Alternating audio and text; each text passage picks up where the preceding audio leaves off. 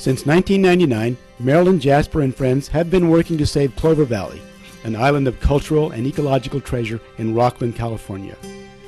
After retiring from teaching school in 2003, Marilyn is now working longer hours on animal and environmental issues. I got interested in environmental issues, urban growth issues, primarily because I was interested in animals. And I saw wildlife habitat disappearing, and suddenly it was coming together that it was rapid development that was taking place. Plus, we had moved to Loomis in 1969, where we thought it was going to be rural, not forever, but for a long time. And then all of a sudden, it started changing rapidly. So because of all that, the environmental issues kept getting more and more prominent in my awareness. And then in the late 70s, I discovered Clover Valley and thought it was going to be that way forever, and found out, nope, a development was planned, and that set the stage. My concern about the environment and whatnot turned into action actually 1999, when it became apparent that the development that was proposed for this was going to be going ahead, and found out about it accidentally. We read in the paper that a escrow, the sale of this escrow, had fallen through. Wow, that meant it was for sale. That meant we could buy it and save it. Talk about naive, but that was the impetus. That was get up, go, find out what's going on, and that's since 1999. That's what actually started it. Couldn't just deal with that, then had to deal with Sierra Club. I mean, had to bring in other environmental groups, so I got involved with other environmental groups to try to bring people on board. I consider myself an activist if I compare myself to some of my friends and family who care as much as I do, but aren't inclined to make it a part of their everyday life. They've got other concerns, other things that keep them busy. So I guess I would say I'm an activist because I'm driven to do this. Clover Valley is a 622-acre, 2-mile long, about half a mile to 1 mile wide valley that was formed by a volcanic mud flow. It's unique. Shows up on topographical maps incredibly. It's just very, very special in this area. It's not just a valley.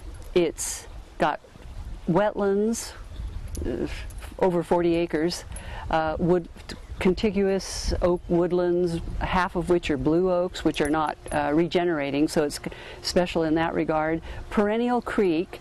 The creek itself is habitat, well, was habitat to salmon, and is considered part of the critical habitat for the Central Valley steelhead, which is listed. You've got scenic ridges with vistas, meadows that break out into open areas, wildlife habitat galore. This is just a protected area, buffered from the urban sprawl on both sides. So it's special in that regard.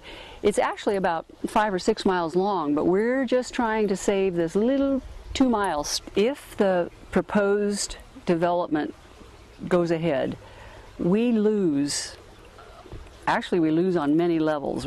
As a community, we lose a buffer between, as communities, plural, we lose the buffer between Rocklin, Lincoln, Placer County, which Bickford is on the north end, Loomis.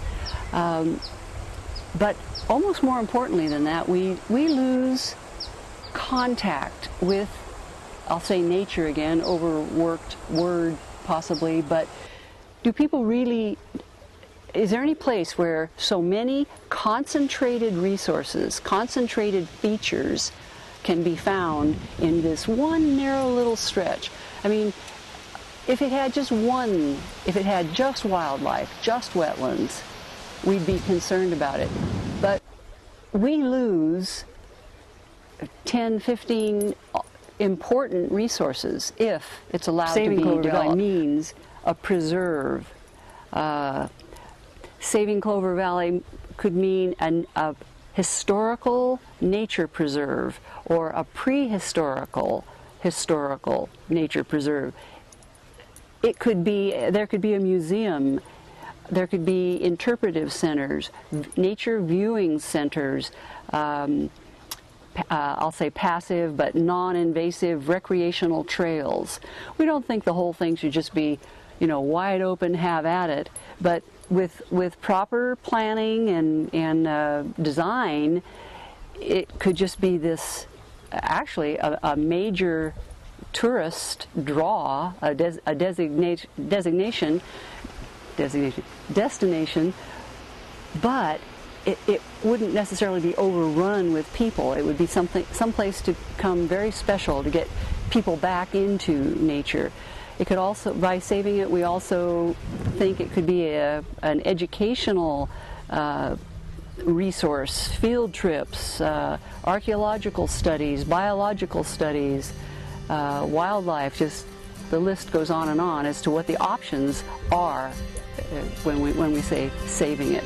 Yes, I do love this place. I think this place is very special.